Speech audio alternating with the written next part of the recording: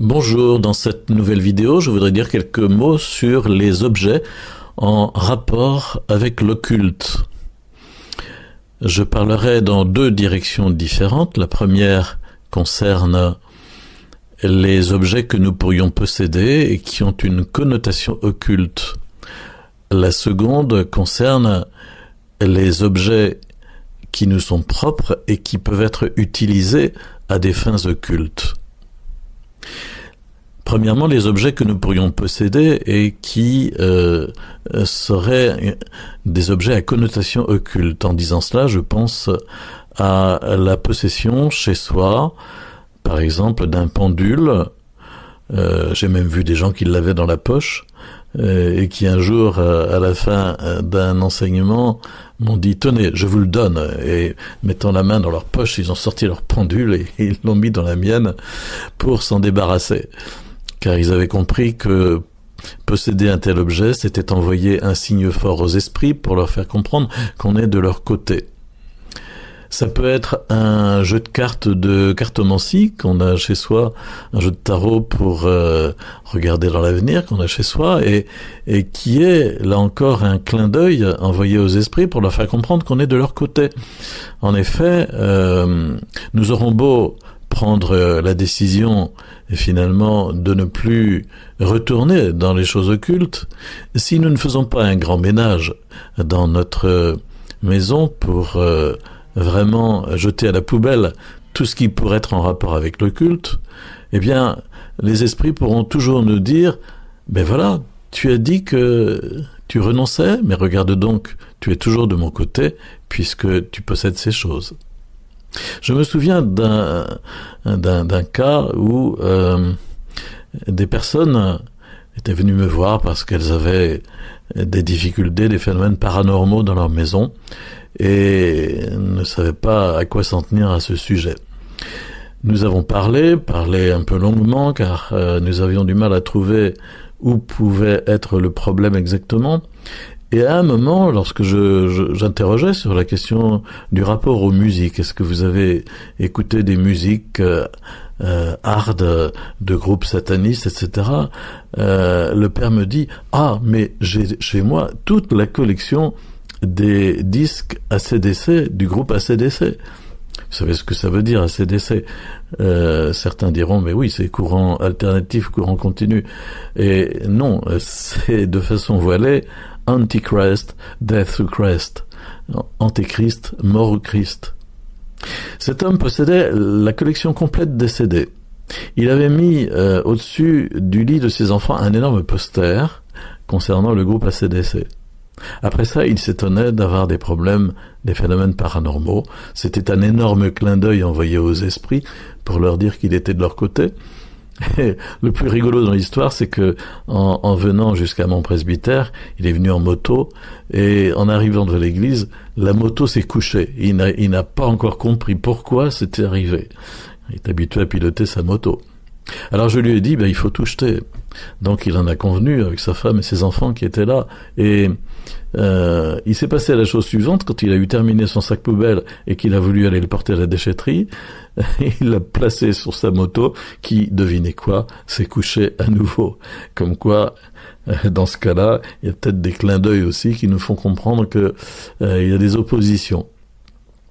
Alors voilà, ça c'est les objets que nous pouvons posséder chez nous qui sont en rapport avec l'occulte et dont il faut nous débarrasser. Il faut faire le grand ménage. Si on a des gris-gris qui nous ont été donnés par des guérisseurs, des magnétiseurs, des talismans que nous portons sur nous-mêmes, des objets qui auraient pu être travaillés par du magnétisme ou en vue de produire un effet magique, eh bien, là encore, nous ne pouvons pas en tant que chrétiens porter sur nous ces objets qui manifestent que nous mettons notre confiance dans une protection qui est donnée par un objet en rapport avec le culte.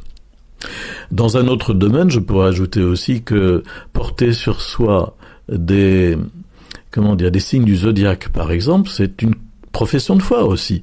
C'est une façon de dire que nous mettons notre confiance dans la position des astres au moment de notre naissance. Et ce n'est pas possible. Quand je fais des baptêmes, par exemple, je regarde toujours quand même si la médaille qu'on me propose à bénir n'est pas un signe du zodiaque. Ça m'est arrivé une fois ou l'autre. Et donc, je dis, ah non, c'est pas possible parce que c'est une profession de foi étrangère. Ça n'est pas chrétien. Voilà. Bien sûr, il m'est arrivé aussi de découvrir que des personnes avaient sur eux des pierres,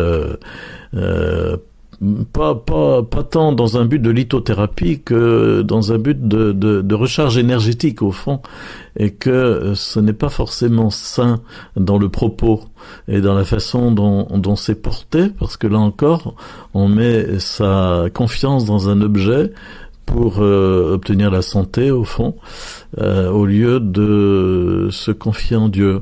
Voilà. Alors vous direz oui, mais enfin les objets bénis, non, porter sur soi un objet béni, c'est un signe de témoignage au fond. Alors ça peut avoir son importance aussi pour manifester aux esprits diaboliques que nous appartenons à Jésus.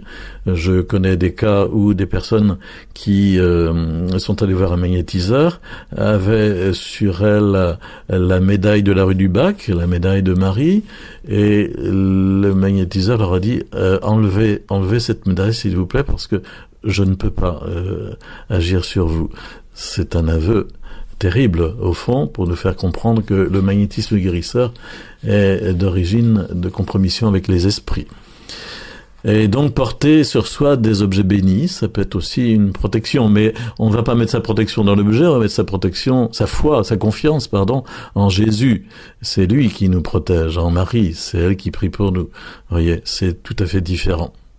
Donc je vous invite à bien vérifier que chez vous il n'y ait pas d'objet qui soit un clin d'œil envoyé aux esprits, parce que une libération des liens occultes ne peut se faire que si on accepte aussi le grand ménage. C'est comme ça qu'il y a des bibliothèques entières qui partent en fumée, comme on le lit dans les Actes des Apôtres, où à Éphèse on a fait un grand feu de joie avec des livres de magie.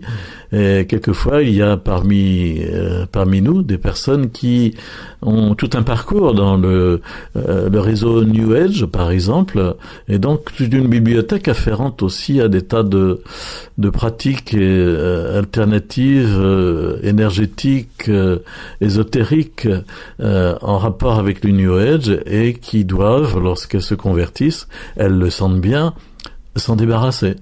Et donc, il faut savoir faire son deuil de ce type de possession et ne pas hésiter à s'en débarrasser, et non pas à les revendre à d'autres, mais vraiment à s'en débarrasser vraiment pour que ça ne puisse pas tomber entre d'autres mains. Dans un deuxième temps, je dis quelques mots très brefs aussi sur des objets qui pourraient nous appartenir et nous avoir été subtilisés pour faire des maléfices, pour faire des rituels de magie noire. Je pense par exemple à cette maman qui était en séparation avec son mari et qui venait avec son fils, et qui au cours de la conversation me disait: nous avons la garde alternée de l'enfant, et quand il va chez son père, quand il revient, il lui manque des mèches de cheveux. Je ne comprends pas pourquoi. Et je lui ai dit: mais c'est assez simple, il se sert des cheveux de l'enfant pour les donner comme support pour pouvoir faire un maléfice, soit sur l'enfant, soit sur vous-même à travers lui. C'est terrible, n'est-ce pas? Mais c'est l'explication.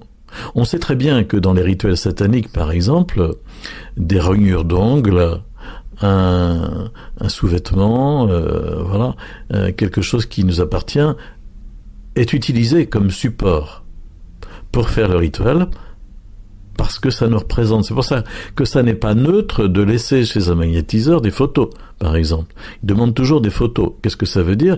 Ça veut dire avoir la possibilité d'un support pour faire un travail à distance sur la personne, vous-même, qui avez donné ce support. Le support vous représente. Et donc ils le font à travers ce support.